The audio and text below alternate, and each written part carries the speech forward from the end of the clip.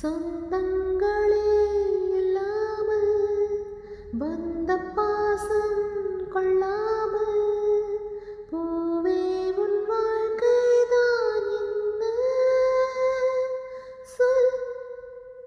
மன்றம் வந்த தென்றலுக்கு மன்றம் வர நெஞ்சமில்லையோ அன்பே நன்பே.